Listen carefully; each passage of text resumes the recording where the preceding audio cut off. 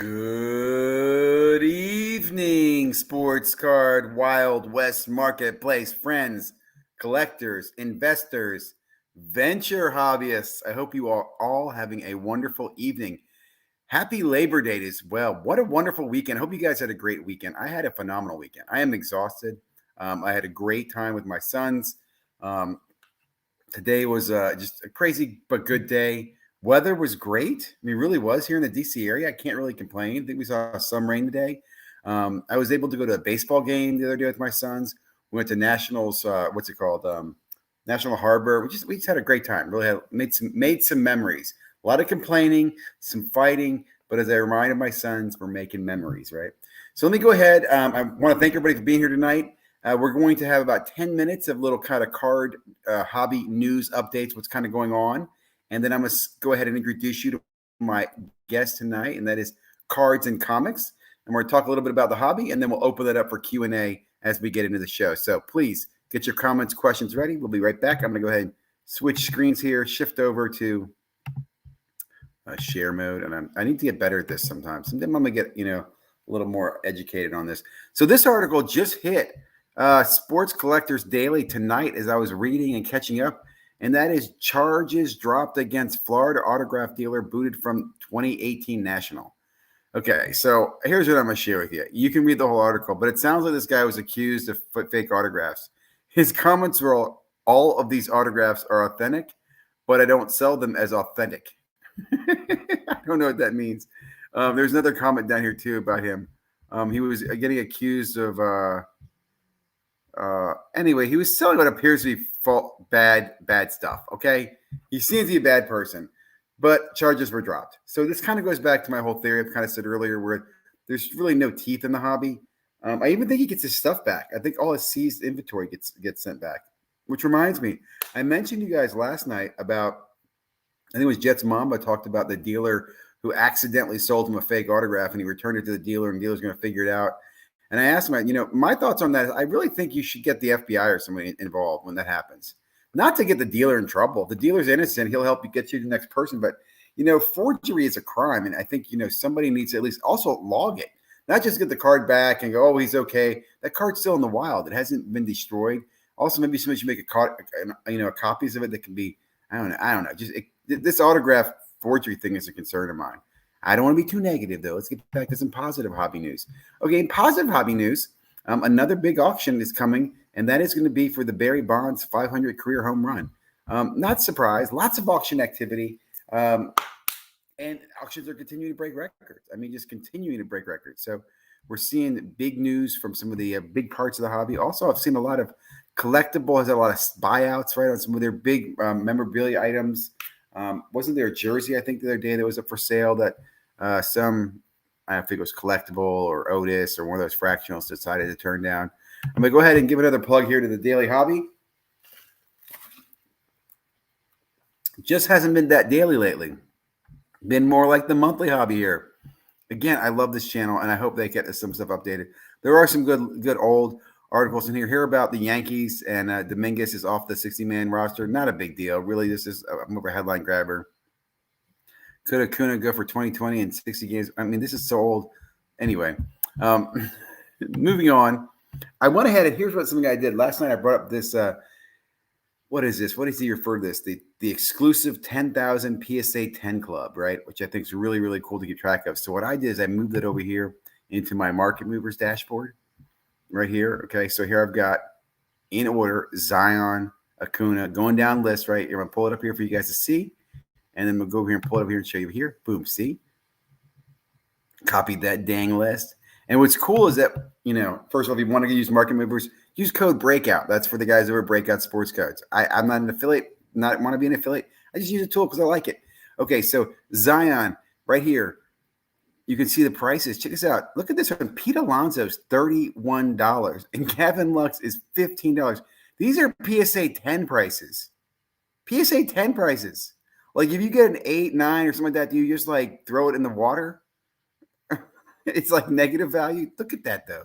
Absolutely crazy to see that. LeBron James. This is the Prism LeBron James, by the way. The 2019 Prism LeBron James because he's in a Lakers uniform. That is going to go down as one of the most classic Classic. I think that might be the iconic card for 2020, in my opinion. That might just kind of epitomize 2020. Like everybody came into the hobby and they thought this card was valuable. I'm sorry. I'm being a little skeptical tonight. What else? I have Wander Franco on the list. He's on the list over here as sneaking up. So I want to be able to catch him when he crosses that 10,000 line. I want to be able to be the first one to say, hey, Wander Franco joined the 10,000 club. And again, shout out to Extreme Breaks for putting this together. I think it's awesome he does this.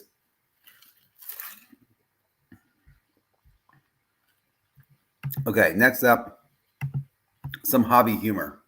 This is from my boy Markleberry Cards. Shout out Markleberry Cards. I love this. This got me thinking because I've been following the Panini NFT world, right? And in the Panini NFT world, you got blockchain and you got Panini baseball NFTs. And these things have been sitting around lingering. Like today, the gold vinyls went for, I think they hit right now, $230 a pack, which is still pretty significant. But you get a one of one in each pack, right? There's only 300 packs total, right? And there were a lot of other stuff in it. So it was a pretty good value pack. If I would have hit 200, I would have jumped on it. 233, I didn't pull the trigger at 233. But it reminds me again of this because it's not as sexy as Topps baseball cards. I just think that's freaking hilarious. Real quickly on this, watch for the next sport to be soccer is my call here. I'm thinking soccer is going to be the next sport. Here's another interesting comment. Let me go to challenges here. Completed challenges, expired challenges. This is amazing. Where is the look at the Tatis challenge? Okay, the Tatis challenge. Did they even show the details anymore? I guess not.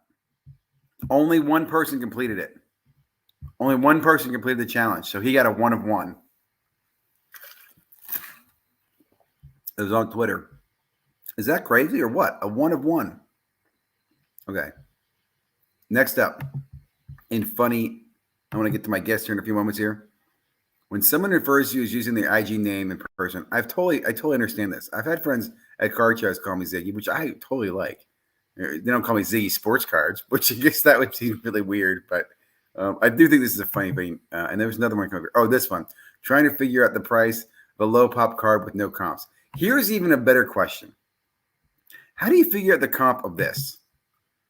Okay, so somebody, and we're going to talk about this in a minute, it's one of the videos, somebody paid $50,000 for this PSA 9 of Tom Brady in a gold from this year. So here's my question. If a PSA 10 pops up, is it worth more than $50,000? Or do we all look at each other and go, no, there's only one fool that crazy who would pay that much money for this thing? I mean, because really, who would do this? I don't know. I think this was a buy it now as well. Was this really on here only? Maybe I'm mistaken. There's two of them that sold that much. That's crazy. Crazy. Okay, so next up, I want to give a shout out to Octane Collectibles. They do some funny memes. And this one just makes me giggle. It just makes me giggle. It could be anybody. House sports card investors. It could be anybody. This one's funny. When the one touch pinches your card.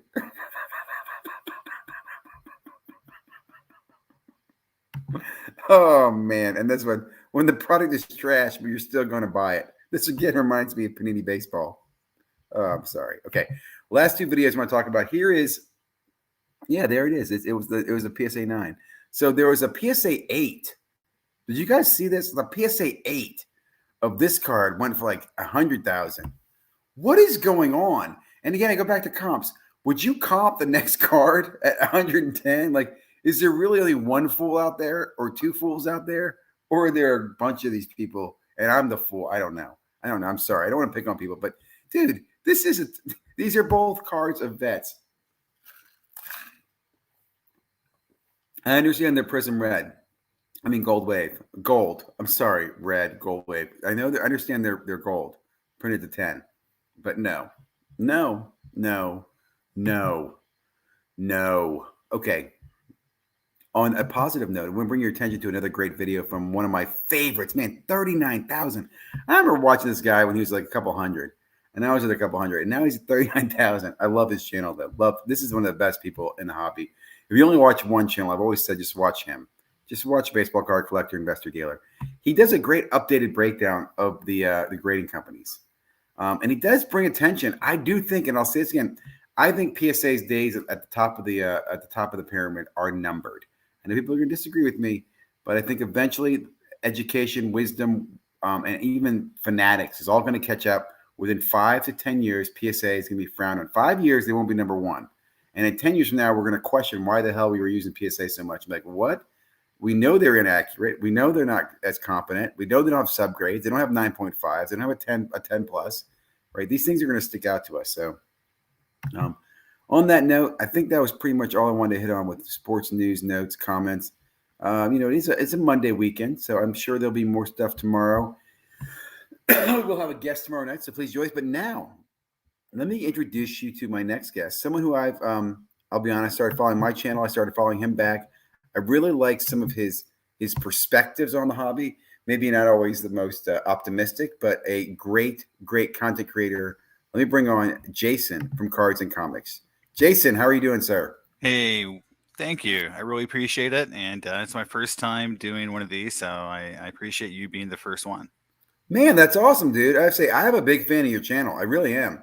I can't think how long I've been watching you, probably off and on. And you do a little bit of everything. I mean, you do some like comic stuff, you do some kind of historical stuff, you do some kind of scary shit. I'm like, wow. Well, I definitely have perspective. And, I'm a collector. And so I'm coming at it from a collector perspective and trying to, trying to give people the idea of what it's like to be in some of these different markets like comics and cards. And, I started in 1986. And that's when I really first started collecting. And Wow. so seeing the hobby grow from having no grading to no eBay to what it is now, and having the perspective of seeing all the scams and issues that's the hobby's had since that time period gives you a different perspective, because you get a little cynical, because one of the things I've always said is, if you're in this hobby long enough, you're going to get scammed. And and you're not really a veteran of the hobby until you've lost some money and got scammed once or twice, and that's unfortunate. And the one thing I want to do is try to protect others from getting scammed. How I got scammed, and and it's just sad that that's sort of what this hobby is. And but the good thing about it is it's such a great hobby to be in. I've stayed in it so long because I Yep. love the people and I love collecting, and it's still a very passionate hobby, and so that's what's kept me in it. But you have to protect yourself and know what you're doing, or else there's people out there willing to take advantage of you. No, you're right. It's funny you mention that because I think back to yesterday, I guess it was last week, the first guest made the comment that what do you do when you're a little kid, right? You're basically trading other little kids, better cards to get the better card. You know what I'm saying? You're like you take advantage with knowledge is really what it is. You know that a rookie card is worth more money than a vet. So you're like, hey, little kid, I'll give you a Pete Rose for that Jose Kasenko. It's like, sure, I'll give you 2 Pete Roses. That's even better. You get 2.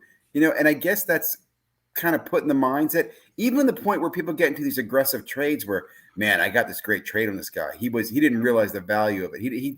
It's a knowledge thing, which I think is bad.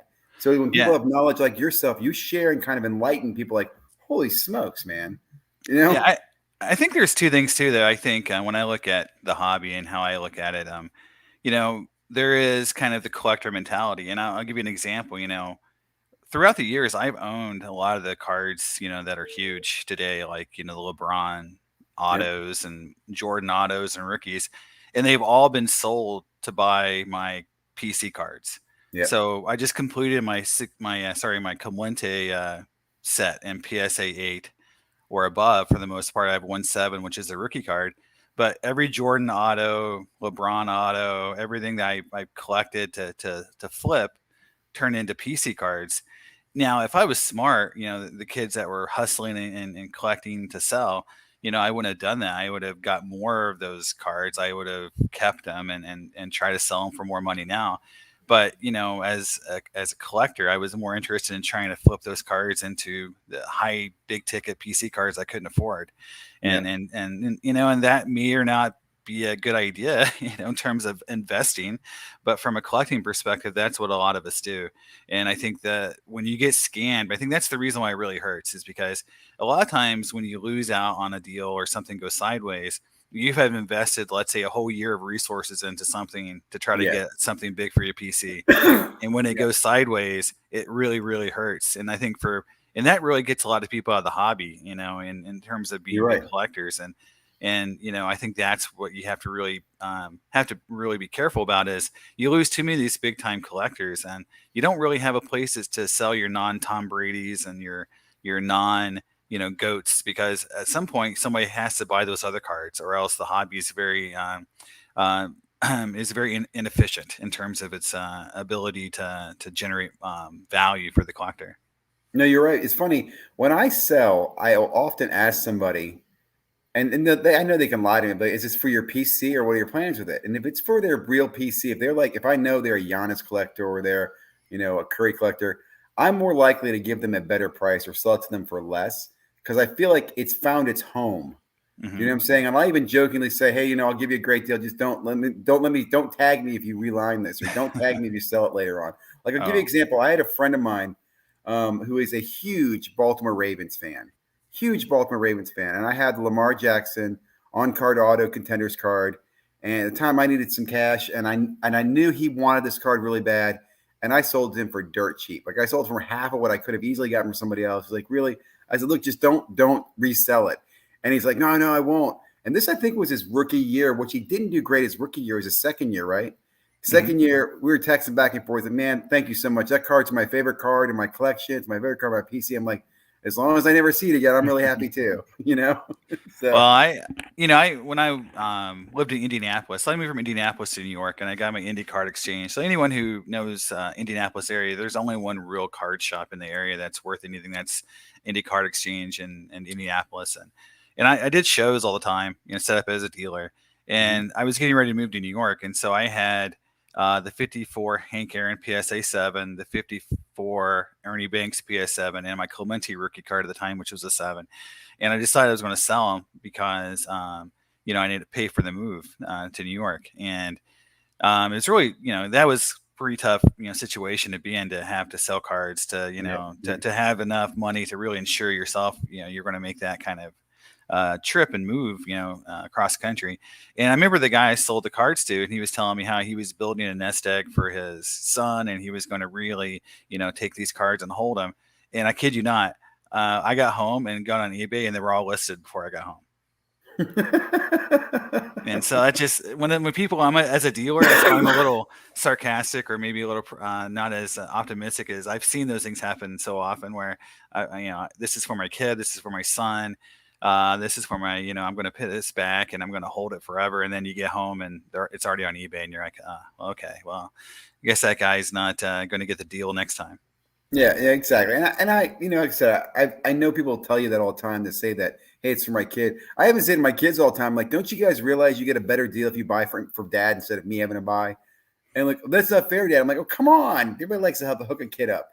Yeah, So I don't mind giving cards to kids. I remember this is kind of indicative of the hobby. In 2019, I opened up 3 boxes of Flawless Football, and about 6 boxes of Select, and I opened 0 in 2020 because of the prices. But I remember when I was opening up the Flawless Football, it was a little at a card show I was set up yeah. at, and the kids were watching it, and so I just gave the cases away, right? Oh yeah, they love those, And man. they really like the cases, and I just remember like, well, I don't want to carry the cases home, so you can have You're them, and right. but they like them, and it's just some little things like that. You can do those kind of things, and they make them so happy. But even at shows, giving away a Mike Trout card, that's $5, it doesn't really do anything for you, because I mean, in terms of like hurt you investment wise. But I've also seen dealers who will haggle over a 25-cent card, so I've seen it go both Yep. ways. Yep. Yep. Now, are you still an active dealer selling? Do you go to shows actively? And what Yeah. area? Yeah, I do. I mean, I'm in the upstate New York area, which is everything but New York City, I guess. But I'm near Saratoga Springs, New York, Okay. and yeah, I set up at shows, but it's very infrequently. I've done probably 8 shows since I moved here, and I moved here in 2013. So I do about 1 show a year, Mhm. maybe 2 if it's busy, for me, or not as busy for me personally. Um, a little bit about me is I'm a scientist, and I'm also got a master's degree in law. So I deal in some pretty crazy stuff where I work. Interesting. And yeah, so I do a lot of different things. But yeah, I'm a scientist, so I do a lot of regulatory work and innovation work research and development. So sometimes I don't have a lot of time, but when I do set up, I like to set up and move inventory that I bought to kind of flip. And so I do new cards, and so but I collect older cards, but I do Hmm. new cards to kind of have them to flip, and that's been my mo for a lot of years. But with COVID and with things going on, I just can't flip as much. And and eBay's a tough area, man. Like eBay's really tough Hmm. to do because of just the fees, and also you just never know. I mean, last year during the pandemic, I had probably 20% of my cards returned. I sold on eBay, Yeah. where Yeah. people like just bought a card, it didn't go up, and they flipped it back to me, and it just was like, it was just kind of ridiculous to have to flip, to fight through that. Now eBay's really made some good changes, so it's really changed, but last year it was rough. But there was just crazy stuff happened last year in prices, but I mentioned, vintage cards. I bought a Jim Brown SGC7 rookie card in, I think, February, and by October I flipped it for like a $5,000 gain in value. Wow. It gone up that much, and in general, I pay attention to a lot of older prices, and in general, you can say this is that most older cards have quadrupled in value since 2019. If you go to VCP and look at just across the board, most cards have gone up 4 times. And Wow. unfortunately, I'm not making 4 times the amount of money I was in 2019. So, obviously my buying has gone down. So my PC collection really has kind of slowed way down. And it's really tough because I even go back to 2020, early in the year. There was mail days where I was picking up the Jim Brown rookie card and a Furtado Tatis Sapphire and a 59 Hank Aaron all in the same mail day. And Yep. now I'm lucky to pull like a 77 Pete Rose in a mail day, Yeah. because they're selling for like $300 or something. It's just it's really tough now to try to pick up some of these cards because pricing has just gone so nuts. I agree. My whole buying this year has gone down so much because of it's so hard to get cards, so hard to get singles, whatever it is. Everything's gotten so expensive. The box prices are too expensive, and they're printing too much too. Like it's not. I don't know. Like even Donruss football is coming out around $450 a box, which makes me sick because I love that Yeah. product. But Yeah, I think the thing that I'm really worried about right now in terms of hobby, in terms of being a collector of vintage, is availability. I was tracking some prices recently in my last vintage video, and I saw where the 61 Tops Jim Brown has sold once since February. And if you know anything about football cards, the 61 Tops Jim Brown is the easiest Jim Brown card to get in a PSA wow, 8. And for it to only sell once on eBay since February, they're just being hoarded. Someone is buying them. Either they're keeping them, people just don't want to sell them, or they're going through other auction houses, just yeah, not I on say, eBay. yeah, And it's just kind of crazy to see cards that normally sell 5 or 10 times a month sell once every other month. I looked at some other cards in that video, and it was just kind of shocking to see how often cards were selling. Cards like, I think I looked at either 65 or 68 Willie Mays. I think it was 65 Willie Mays, where one hadn't sold in like 2 months. And and 65 Willie Mays is one of the easiest Willie Mays to find. Um, and I think that is something that's kind of shocking to me, is just how hard the cards are to find now. I have a question here for you. Do you think things will get more scarce or less scarce moving forward? When do you think it changes?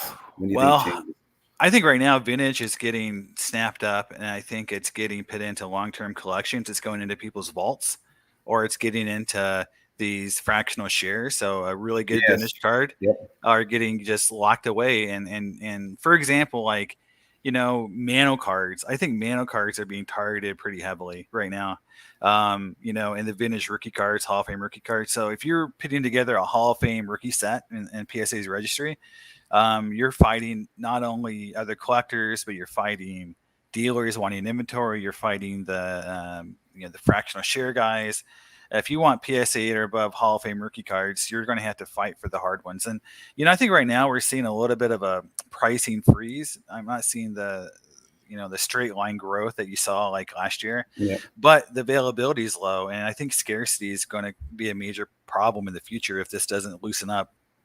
If we don't see some supply loosen up, you could see some more spiking in prices, and that's just going to drive more collectors out of the market, because you can't really afford, like I can't really afford a $300 79 Pete Rose or something like that. I mean, to collect a late '70s set, that's just going to make it almost impossible for people to actually collect. It'll be more investing. So it's interesting you say that, because I was going to ask you what your thoughts are with Fanatics. And I was going to say part of Yeah. this, I think, is going to lead to that, because with Fanatics, I don't think that modern Tops or modern Panini's worth hoarding.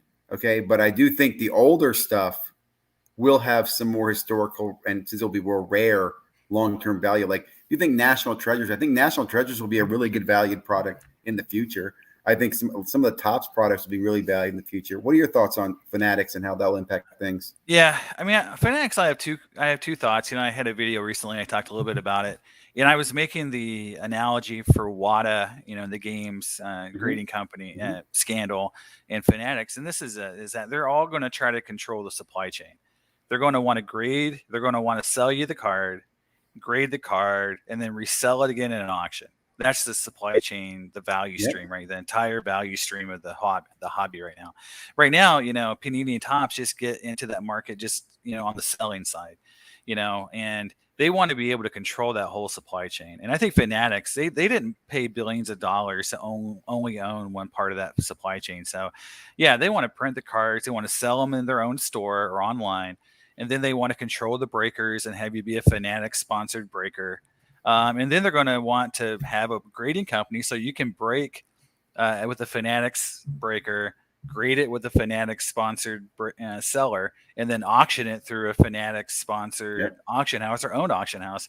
And that's the business model these guys are going for. And in my video, what I said is this is Yep. because I'm in the legal regulatory field, and one of the areas I'm dealing with is uh, you know um, issues around monopolies, right? FTC issues, Mm-hmm. FDA regulatory issues, things like that. And I do know what they look for. And the one thing they look for is when consumers are losing choice, right? And so once consumers lose choice in a category or a business or in a area of consumer goods, right? So as soon as choice goes down to a certain point, they look into it. Now, the way that can happen is two ways. Either someone who's really rich who has connections can start complaining, or Mm-hmm. consumers can start just filing complaints, with the FTC saying like, look, I can't buy cards anymore because they're only for sale through one person. And if I'm not, that person, I have to pay everything these crazy secondary market prices. So I think that's what Fanatics Endgame is. I think Tops and these other companies are going to really fight hard to prevent it. PSA is not going to roll over and play dead and let someone come in with a new grading company and just take everything that they've worked hard for. But it's going to be interesting to see how it plays out, because I do think Fanatics is going to go for the complete supply chain lockdown. PSA made their play earlier with purchase of King Golden, Yeah, which auctions. is crazy And, in my mind. and I think that was weird. and it was weird because if you know the history of PSA, they owned legacy sports cards back in the '90s, and back in the '90s they had an auction house, right? They were selling cards through legacy sports cards, and they were grading cards, right? So, and that was a huge conflict of interest in the '90s, early 2000s, and PSA eventually got rid of it, right? They got rid of all their collectible sales units because they were selling coins, they were selling art, they had all these different divisions selling different things, and they got rid of it all because the conflict of interest was there, and there was actually more scrutiny on PSA and kind of these grading companies back in like the early 2000s there is now. I mean, to me, I think the WADA issue that just came out is a perfect example of WADA. And those, Explain the water. Explain the water issue for yeah. people. So the WADA issue is basically Heritage Auctions helps basically the person that I think is Halpernon. He basically was a member or helped fund and start WADA Games, a grading company, and they were selling the WADA games, and this person from Heritage Auctions bought the $100,000 first Mario Kart that sold for $100,000, bought it in Heritage's own auction. So a Heritage employee that was part owner of the grading company that graded the game bought the game for $100,000. Then recently the game sold for like $2.5 million. It's just they basically were just using it for free publicity to try to pump up the value How of, about of these yeah. graded games. That's sort of what I think the fear is. But they learned that trick from PSA back in the day to try to, grade cards, sell cards, buy cards, pump up the values.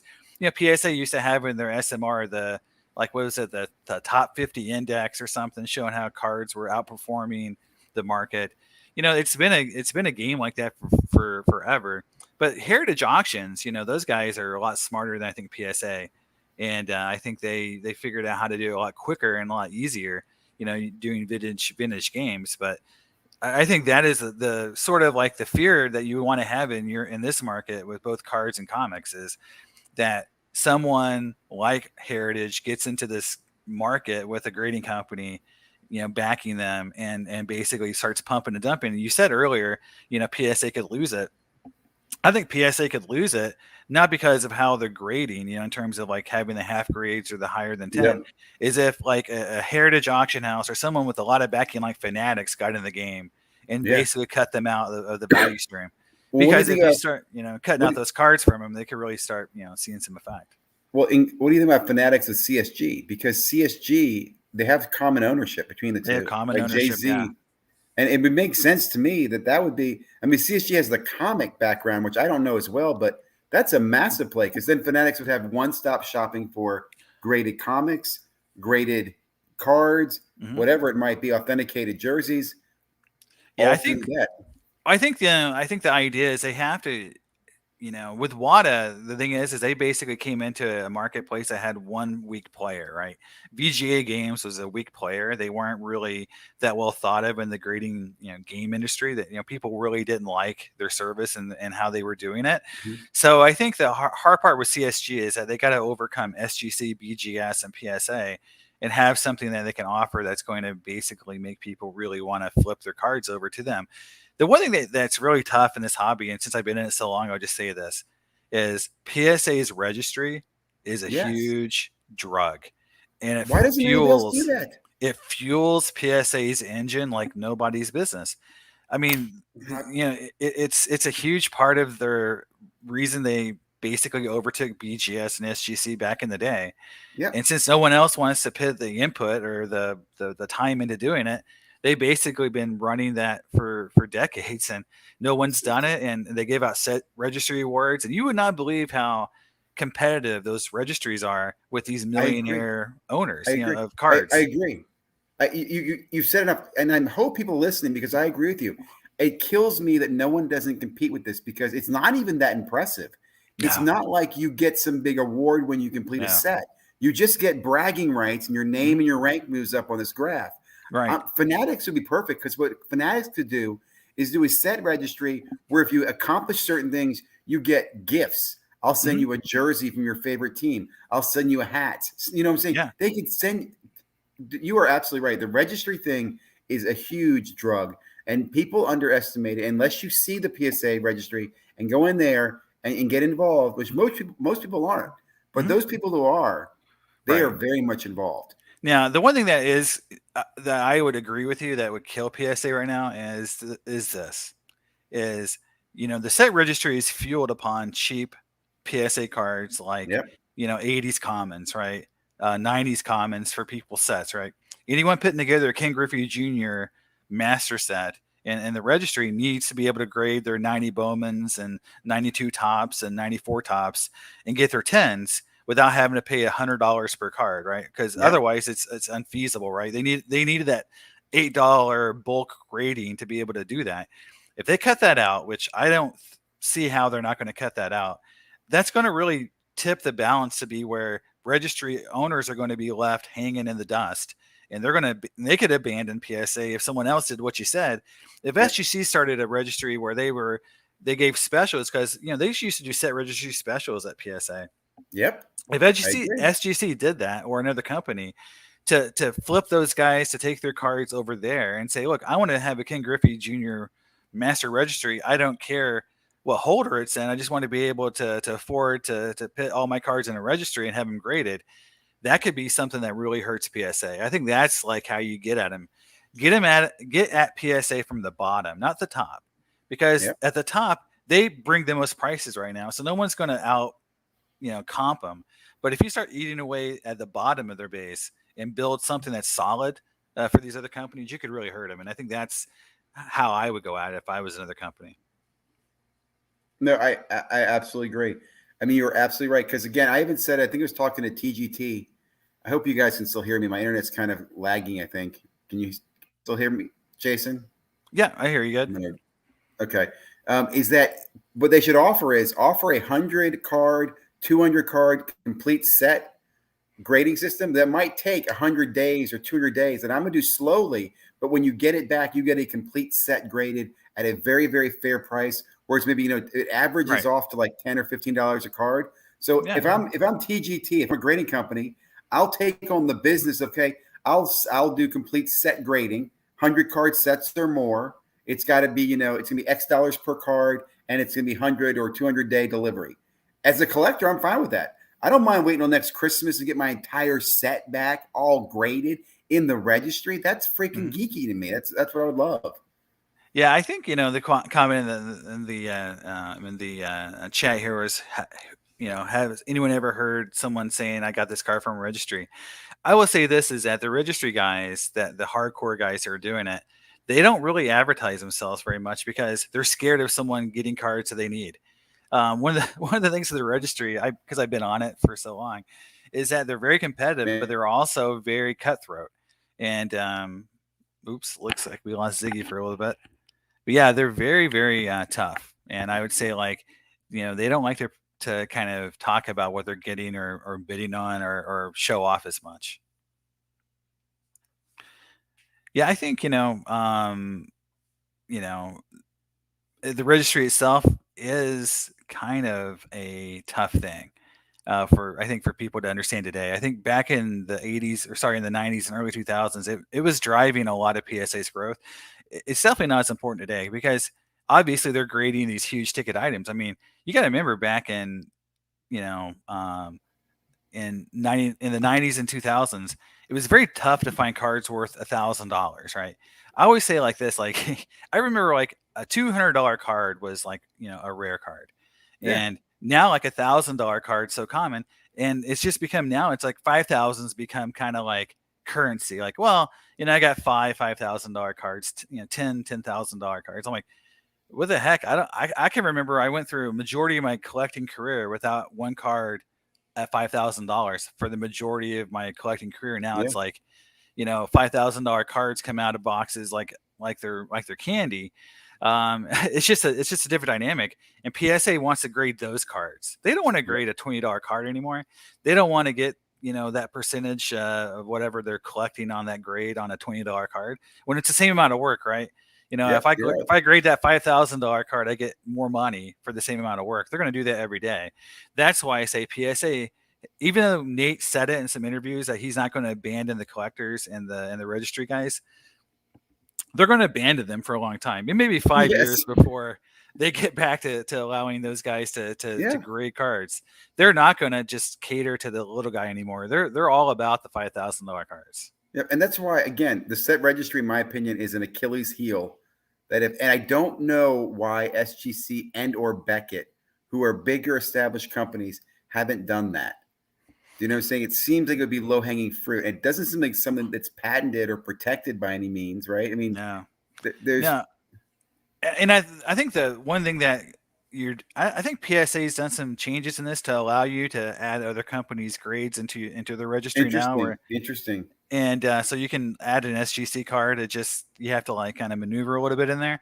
But I think the idea would be this is, you know, for an SGC to do crossovers, to Yes, allow you to get your cards into their holders. yes. Because one thing that is also very apparent, and even though I don't subscribe to it as much as, and I made fun of people for this, so I apologize. Your HGA fans, the holders aren't very important to me in how they look, but to a lot of collectors they are, right? So once you start your collection in one holder, you kind of just stay with it because of the OCD factor of, I want my cards all in one holder. The lineup. And Yep. and it does, and it definitely is one of the things. I collect all holders. I've got, I got some cards here. I got BGS holders. Some folks think I'm a SGC hater, but I do have SGC cards. So, I do have all the all the holders, That's an old holder too, right? yeah. Well, if you look at like a lot of my cards I've been collecting for so long, I don't notice it as much, but I do have so many old PSA holders where before the 8.5 or the half grades. And back in the day, those holders were considered more expensive because you could get the cards half graded and you may get a bump.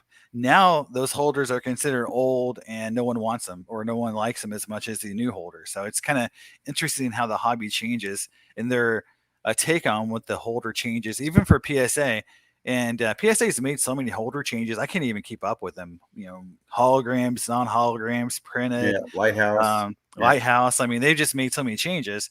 I put a video out where I talk about how PSA and the WeWag scandal, the when it was a game scandal, when they said in court that they had no issue with their holder, and then within 2 years they completely redesigned it. I'm like, yeah, you had some problems with your holder, dudes. You had a huge scandal that screwed. I got caught in that scandal, by the way. I had multiple cards that were fake, or not fake, but they were lower graded that were put into higher graded holders by when it was a Really? game. Yeah. The big one I remember was a 58 Koufax PSA 8. And the one that hurt the most was a 58 Clemente PSA 8, because obviously as a Clemente collector, the 58 is one of the hardest to get. And it was such a terrible card when I got it from them that I knew something was wrong with it, because it was literally 80/20 OC with tons of print, which 58 tops have print issues. I'm just like, this cannot be a PSA 8. And then I get the letter in the mail saying like, hey, the card, if you bought cards from when it was a game, they were probably all they're all, not in the right holder. And that scandal was interesting because they weren't popping the cards out and putting new cards in the holder. Yeah. They went and stole a bunch of PSA holders, because at the time PSA would just have them drop shipped at the front of their office building. And one day they were there and they saw them they saw the package sitting there, and they just stole it. Stole it. And they went to China and got a sonic welder and just started slabbing their own cards. They would buy high grade cards, open them up, take the flip out, and put a lower graded card, and then take the high grade card and resend it to PSA, get another card, and get the flip out again, and just keep putting the lower grade cards in there and sell them for. And that was their scam. And they did it for. Made me think, those sonic welders. I was thinking about how many of those that's the business to be in today. Like years ago, who the hell was buying sonic welders? Today, there's 100 grading companies. Every one of them has to have a sonic welder. What the hell were those things used for? Yeah, and I think back in the day, I think, there's packaging done today, like you see, that's done with sonic welding, for some, like hardware store stuff. But yeah, back in the 90s, those things were very uncommon. It was funny when it was a game scandal. There was another funny part during the court case. PSA said that, the cards, weren't rewelded together because, that was impossible, that there was no way that you could open a holder and weld it again.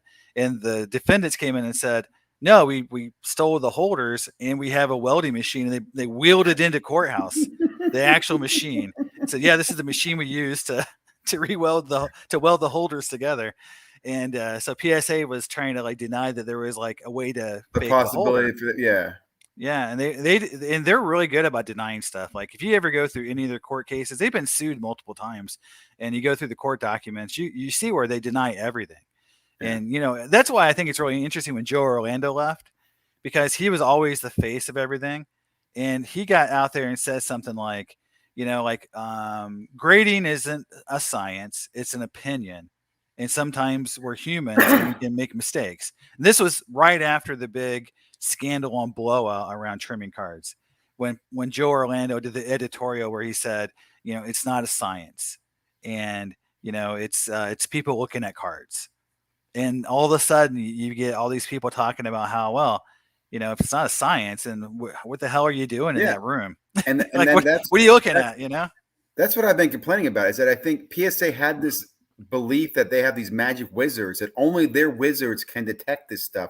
And the reality is, it's just a guy sitting there looking at cards who probably doesn't have a lot of experience because he doesn't want to stay there very long.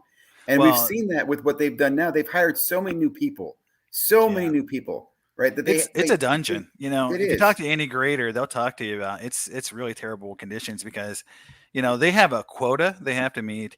I've talked to some BGS graders too, and they have quotas they have to meet. They have, in some cases for high-end cards, a second grader, right, who looks at them. And if your grades don't agree, you get a report card, and then you get You don't get to grade the cool cards if your report card gets worse and worse. And I don't know if they're incentivized for how fast they are, which you would think that probably they are, but there's a lot of secrets that go on in that grading room. And the other thing that I know happens, and PSA is always denied, is knowing who the cards are being graded.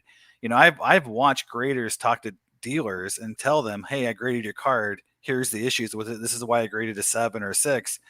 And for the dealer to talk to the grader directly, and for them to basically know whose card they're grading, that happens a lot. During the 8.5 or the point 0.5 era, PSA flew to people's homes and graded cards at their homes to get them to take their collection and get the 0.5 grade. I think Marshall Fogel was a big collector. I don't know if you know that name, but he had a huge set registry of basically 52 all the big sets, so like the big three, the 33 Gaudi set, 52 tops, and T206. And they would fly graders to their house to grade cards. So the idea that the graders and the collectors or the dealers didn't know each other was kind of silly back in the day. Here's a question. I bring this up from Loco because I want to, because you're a fan of vintage, but you talk about some of the concerns there. So what would you tell somebody who wants to buy vintage but are concerned about fake slabs and stolen stuff? How do they find the right stuff? Who do they buy from? How do they navigate that world? Yeah, I mean, I think there's multiple ways you can help yourself. One thing is knowing the issue itself, right? So if you know something about the issue, like for example, I'll take 75 tops. 75 tops minis, for example, are in one color combination. I believe it's like purple and green. Were short, and so they were just manufactured. That sheets, how they were cut, they were manufactured short, and so the trimmers figured that out, and so they would take any card that was that color combination and cut it short, send it to PSA, and PSA would grade it. And so you had all these mint and gem mint cards coming out that were from 75 minis because the trimmers figured out they could do that. The other one that's done the same way is 48 leaf. I'll say this till I'm blue in the face to everyone, is 48 leaf is all over the place in terms of size. What the trimmers figured out is what the standard size for that set is. There's many cards that are bigger than that, and they just trim them to that size. And so you can measure that card, and it measures properly, but it's still trimmed. And that's something you have to understand, that some sets are just like that. You have to know those sets and just kind of you got to look at the edges. You got to see if the edges are wavy, if they're straight, they look normal, because there's normal wear. Like usually people don't trim all 4 edges. And if you can see the edge of the card, you can kind of see if one of them looks a little different. Those are things that you have to kind of learn over time. And that's the unfortunate part of vintage cards is, if I was buying a 48 leaf, I would be very wary of it if it was a very high grade and a PSA holder, if I couldn't see the edges or if it didn't fill the holder up. That's another thing that a lot of collectors will tell you today on 60s and 70s cards is, how it fills the holder if it's really short. You got to look at it. One thing about also is that a lot of what they called like presentation sets.